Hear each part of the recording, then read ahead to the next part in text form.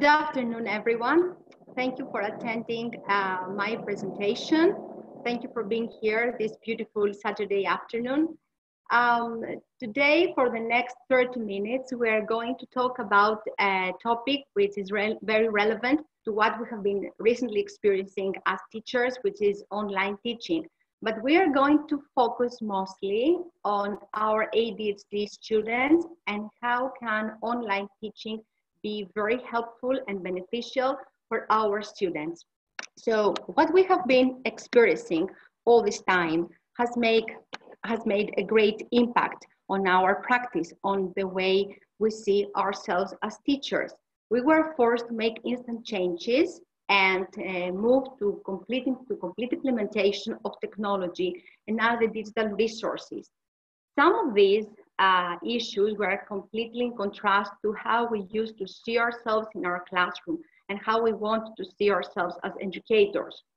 However, terms like synchronous or asynchronous teaching have become part of our professional lives, as well as other issues related to e-learning that have to do with computer literacy and different technical problems which are beyond of our responsibility, though they're here to make our life a bit difficult.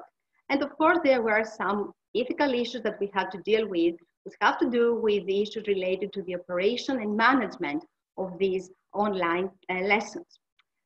We might think that we are the only ones who face challenges in this period, but I can tell you that our students also have to face difficulties because they have to adapt to a new learning environment. So although they are digital natives, we shouldn't take for granted that they were ready to use this kind of use technology for their education. They know how to make their own videos. They know how to upload videos, photos, make posts, but it has proven that they have problems with their computer and digital literacy. So, for example, they cannot make a simple PowerPoint presentation or have a Word document to help their online learning. However, under these very difficult circumstances, it has been proven that ADHD students can be very benefited of using technology. And this comes from research that goes beyond this pandemic era. And the reason is that technology offers tools which are more compatible to their learning modality than the traditional approach that we have about learning that has to do with writing papers or taking written tasks. So what we're going to do for the next 30 minutes is to investigate why, how, and to what extent can e-learning be very helpful for our students. And not only that, but see how technology and all this knowledge and experience that we have gained can offer opportunities for further accommodation of ADHD learners through online classes beyond the time of this pandemic crisis and when everything has gone back to normal. So we're going to define e-learning, see some differences between e-learning and face-to-face traditional classes, and the characteristics of e-learning, and then the characteristics of our ADHD students. So these are very important because when we see how these two match, then we can understand how e-learning can support our ADHD students in practice. There are many definitions about e-learning, but this is the one that I most like. E-learning includes all applications of technological solutions and deal with problems of finding the best way of matching between the needs of a given set of learners with their individual learning demands to learn a given content using a given set of learning tools. So we can realize that by definition, e-learning is something that can be used very productively for our ADHD students, because this is the case. We have a given set of learners with very individual learning demands. And our role as their educators is to see how we are going to meet their demands within our classes. And of course, although we keep talking about the differences between online and face-to-face classes, there are some things that are the basis for both online and face-to-face learning, which has to do with establishing goals, objectives, outcomes, providing clear directions, and sharing expectations. And these are the key factors that promote good teaching, regardless where, when, and how it takes place. In order to have good e-learning classes, we should always have in mind the principles of online engagement, which have to do with regular contact between students and faculty members, which is not always very easy to be achieved because we don't meet with our students every day in our school. Then that's why we should always offer opportunities for cooperation and collaboration among students, because they miss the chance to communicate with each other in the way that they do on a daily basis when they are in the classroom. And at the same time, develop an active learning environment and offer our students feedback. Now, what's very important is to keep the balance between our expectations and realism, what we want to do and what we actually can do. And of course, and that leads us to our ADHD students, is that we should always show respect towards our students' diversity and make this online teaching environment as inclusive as we try to do with our real classes. Another issue related, as we already said, is computer ethics. So the ethical implications of technology should be well considered while planning an online session or course, as it should promote, among others, human well-being, honesty, non-discriminatory practices and approaches, privacy, and confidentiality. So all these things show how e-learning can be so beneficial and helpful for this particular group of students. And of course, nowadays we are very used to talking about synchronous and asynchronous modes of teaching.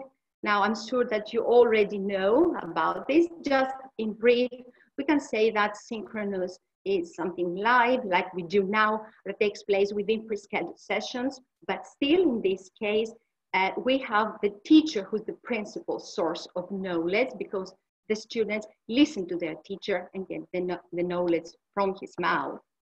Whereas in case of asynchronous, we don't have any kind of limitations or constraints based on time or place.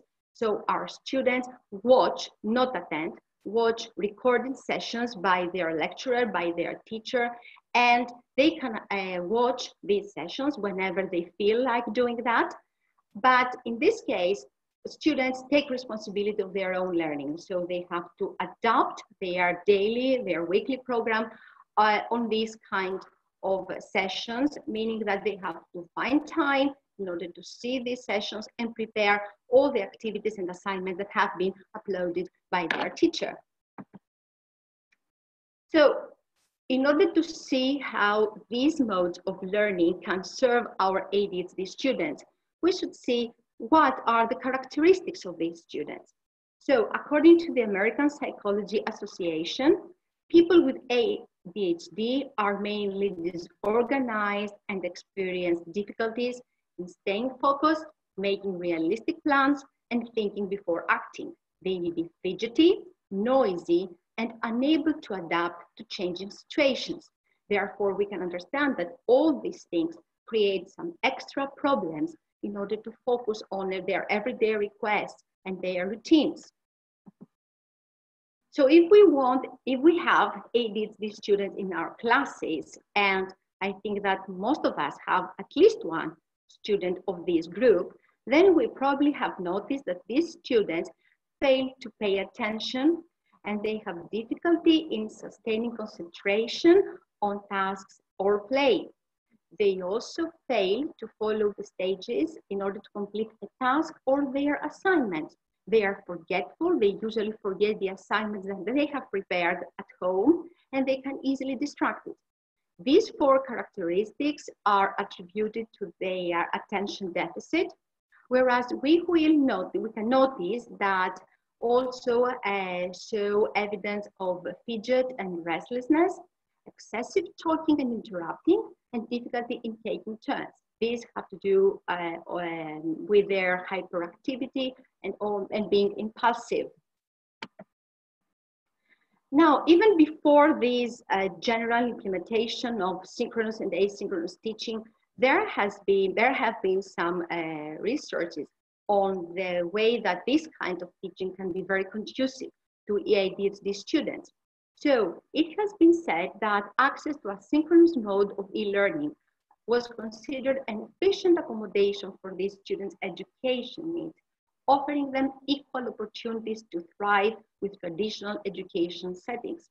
Apparently, here what is suggested is that we can blend a synchronous mode with traditional face-to-face classes.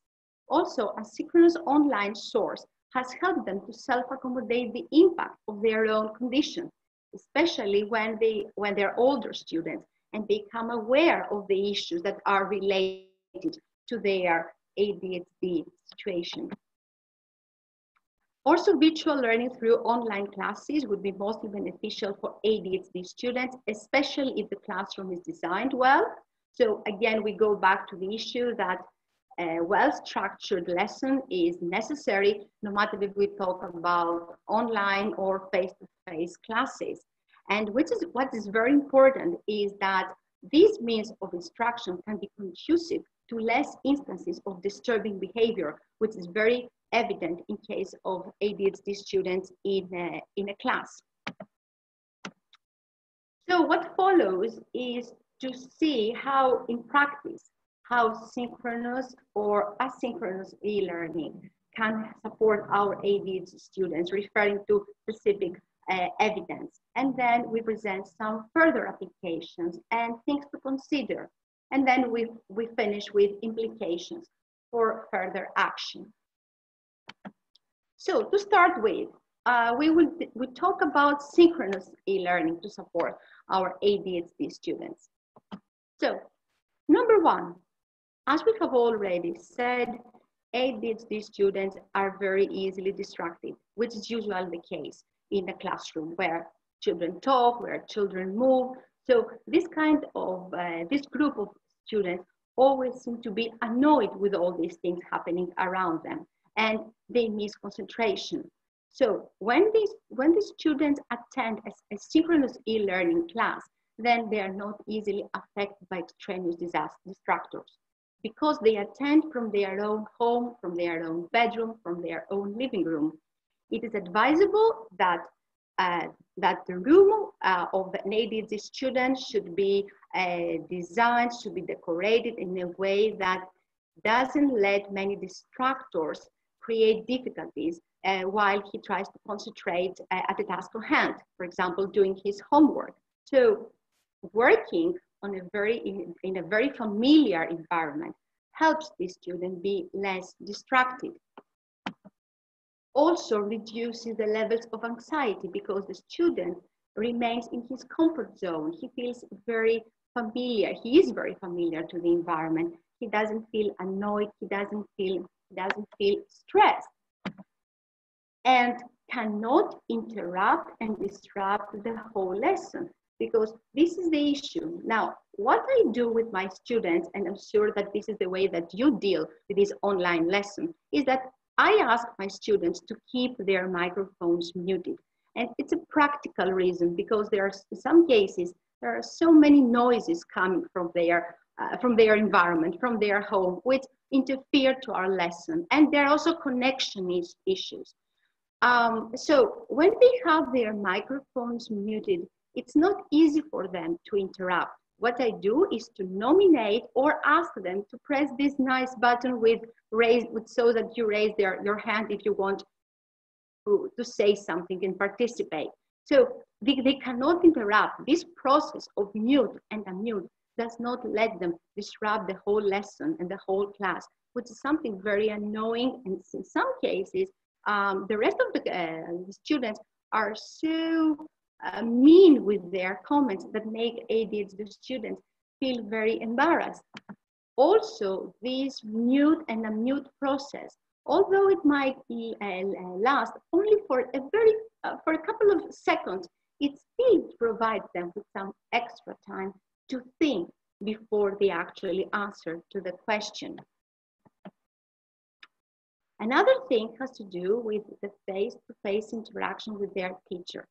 Again, it is advisable that students with ADHD should sit close to their, in real classroom setting, should sit in front of their teacher in order to have the closest interaction as possible. And that the traditional sitting arrangement in row and lines is the one which is most beneficial for ADHD students because they are not easily distracted. For example, distractions would easier to happen if we put our students work in pods, in groups, or in couples, or in the horseshoe sitting arrangement. So can you imagine how easier it's for an ADHD student to focus on what the teacher said when there is this close interaction through the camera? So it's easier for them to stay focused to what the teacher says. Another issue related to their hyperactivity in the classroom is that they keep moving. They always want to move. And they do different things about that. They usually foot tapping, they drum their fingers, clip their pens. Teachers are advised to let them, for example, go at the back of the classroom and allow them start working for a couple of minutes in order to ease their hyperactivity and the level of anxiety. But in a real classroom setting, this is not something that can be easily done because it can be something destructive for the rest of the students. But if they attend, when they attend an online class, then it is easier for these students to adapt these techniques. They can attend the lesson, they can have an application on their phone, and they can walk in their room and without anybody noticing that. Or they can even listen to music, they can do whatever they want in order to control their fidgety.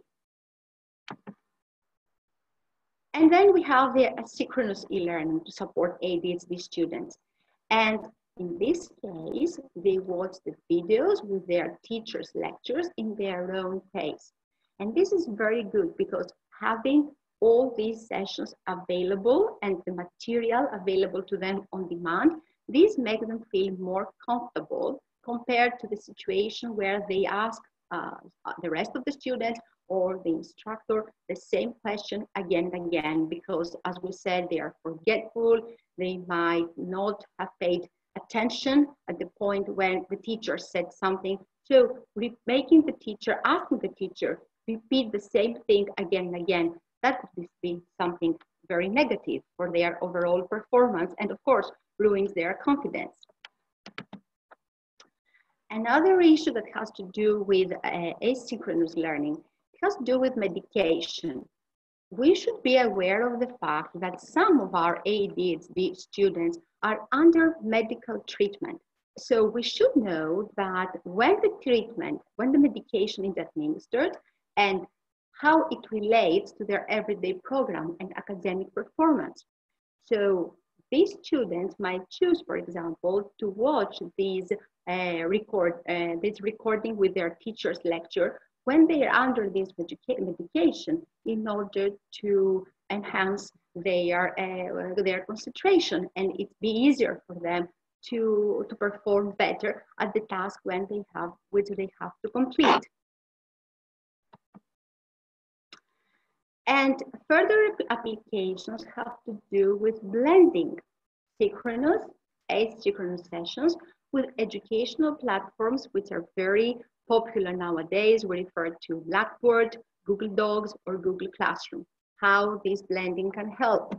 Well, teachers have the opportunity to upload extra material and assignments, instructions, or other important notifications and reminders. So in this case, ADHD students who might miss something important, who find difficulty in keeping notes, they won't lose something that would be completely necessary for their assignments. Missing a deadline, for example. Teachers can also upload the assignments for the whole week or for the whole month if this is applicable. So again, they help their ADHD students to organize their studies and organize their homework if that's possible. Another thing that we can do is to allow ADHD students to process their writing assignment as a Word document. And this has the extra benefit that students can create digital folders. So it's very common in a class, ask an ADHD student to bring something that has written a couple of weeks ago. And it's usually very hard for the students to find something that goes as back as 2 weeks. Sometimes it's hard for them to find something that was written the day before. But if we encourage them to use digital folders, then it is easier for them to organize their work and find it in case they need it for revision, for example, before a test. However, this is not to say that e-learning is a panacea and it's going to change everything and everything is going to be so easy to be implemented. There are some special issues related to this. So, for example, to start with, e-learning promotes a learner-centered approach to education, taking for granted that everyone can construct knowledge following certain stages. But as we have already said, this is not always applicable to our ADHD students. And in addition, e-learning and virtual classrooms require a higher level of executive functions, such as planning, setting goals, time management, following structures, which are exactly the kind of deficit which is associated with our ADHD students. And a very serious issue which concerns many parents is the internet addiction. The fact that internet and video gaming is highly stimulated and results to the fact that especially people with ADHD are those who are more prone to internet addiction. Now, all these online learning and platforms are closely related to online games. So this is something that we need to think very seriously about, how to limit the time that our students spend online with the time that they spend offline, unless we're going to have a very important issues, maybe related to internet addiction. And of course, technology, the problem with technology is always there. Technical issues, available equipment, issues related to digital literacy, digital footprint, whether our students are ready to implement all this kind of technology in order to help their education. Although the total shift to online teaching for ADHD students might sound a bit far-fetched and contrary to our long-standing beliefs about learning, it's something that we should think about. So this is the time where we should start rethinking and reconsidering our practices. And it's not only because we have to, because of this pandemic situation, but the point is to see how we can use all the things that we have learned in order to take some further action and help our students. So, although we still might feel that we want to resist against this total implementation, we should have in mind that e-learning accommodates ADHD students with videos of lectures, PowerPoint presentations, graphics, and other visuals, lesson layouts with key points, which are very important for our ADHD students because they always have the material that they need available to them. Also, e-learning acknowledges in practice their education needs. So we can deal with the issues that have to be with the fact that they are distracted, that the fact that they cannot always attend as concentrated as we want to. And the truth is that e-learning gives the answers to all these problems. It's definitely a stepping stone towards inclusion, which is the main principle of how to deal with specific learning needs nowadays. So it's not about dealing with ADHD students or generally students with specific learning differences in a completely different environment, but how to include them in the environment with the rest of the students, but in a way that actually suits their needs. So if we blend online lessons with what's happening in the classroom, then this is a stepping stone towards inclusion, because they attend the lessons, but then, for example, in asynchronous sessions, they also have the chance to go back and see again the point that they've missed, and then bring their assignments to a good level of performance. And of course, in order to do all these things, this should be implemented through structured action plans. So it's not something that can be done for no reason. As we said before, everything has to be made with focus on specific goals, objectives, and a good structure and expectations. So before we start implementing online classes and all these technology tools, we should have an action plan. First of all, see our students' needs, see what they want, how we can cater for their needs, create an action plan, how we are going to deal with this issue, and how we are going to implement these tools for our students' benefits, draw some results, and then again, go back and see how these results can actually transform the way that we teach our students, always for their best benefit. So, to conclude, synchronous and asynchronous online courses or classes can be conducive to ADHD students' academic achievement. And in this way, all this knowledge and experience that we have obtained recently can accommodate our students on a more regular basis, even when this crisis finish. So, thank you for attending. Here is a full list of references. I would like to see, I don't know if you have any questions.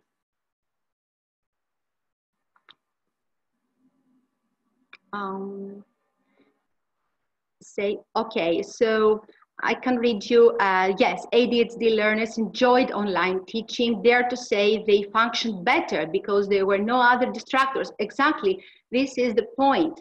This is exactly what I've noticed with my ADHD students in class, and this is why that inspired, let's say, that made me be more interested on this topic. So this is true, and what I've shared with you is actually what I have noticed with my students. Thank you.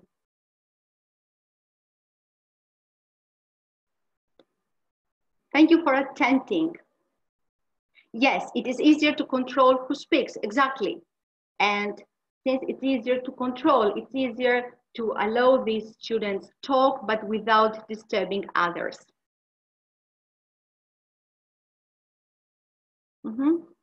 Oh, it was difficult to follow him. That is easy because it comes from a parent. As a parent of an ADHD child, it was difficult to make him follow the lessons. It would be very interesting if you can tell us why it's difficult to make him follow the lessons.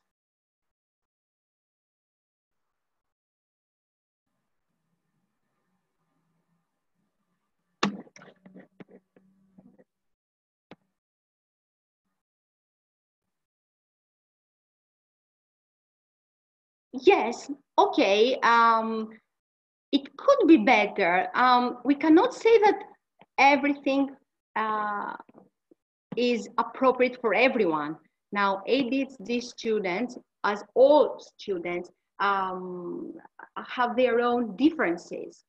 So yes, something that I have concluded from my personal experience, it doesn't mean that fits to any other, to all lessons, to all learners. This is true. Online teachers have no control. Yes, you're right. This is the reason why I told you that this is not the panacea. This is not that we found life on moon. But yes, we have no control. That's true. That's absolutely true. But um, I think that sometimes they easily get bored. That's also true. But these are problems which are always related to online lessons, right? So the thing that the students get bored doesn't have to do with online lessons per se. It has to do with how the lesson is delivered, right? And for example, I have noticed that there's other factors that also influence how the students correspond to this kind of learning. If they are used to attending this kind of lessons even before the pandemic era, then these students correspond better. Because of their hyperactivity, they can't stay still in front of the computer for a lot of time. Yes, they can't stay still, but as I told you, they can do whatever they want at their home. They can even attend a lesson on a bouncing ball. No one cares. In a way that they feel free to do whatever they want. They can start talking. They can start dancing if this makes them feel better. And this is what I've mentioned, that it's a good thing. Okay, so I think that's the end. Thank you so much for participating. Thank you so much for your comments. It was a great honor and pleasure to be with you. Thank you.